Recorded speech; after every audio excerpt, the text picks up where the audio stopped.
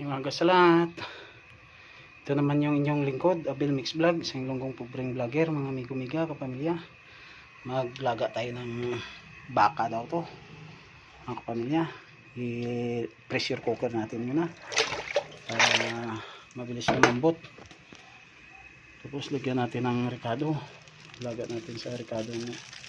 Lagyan natin ng pamintang buo. At saka sibuyas, luya.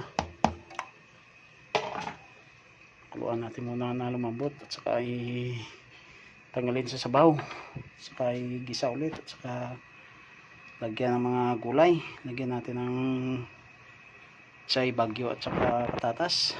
Abangan nyo yung finished product natin, mga kapamilya, sa solid followers dyan. Shout out sa inyo lahat. Sana hindi kayong sa panood na in-upload ni pobreng vlogger na video.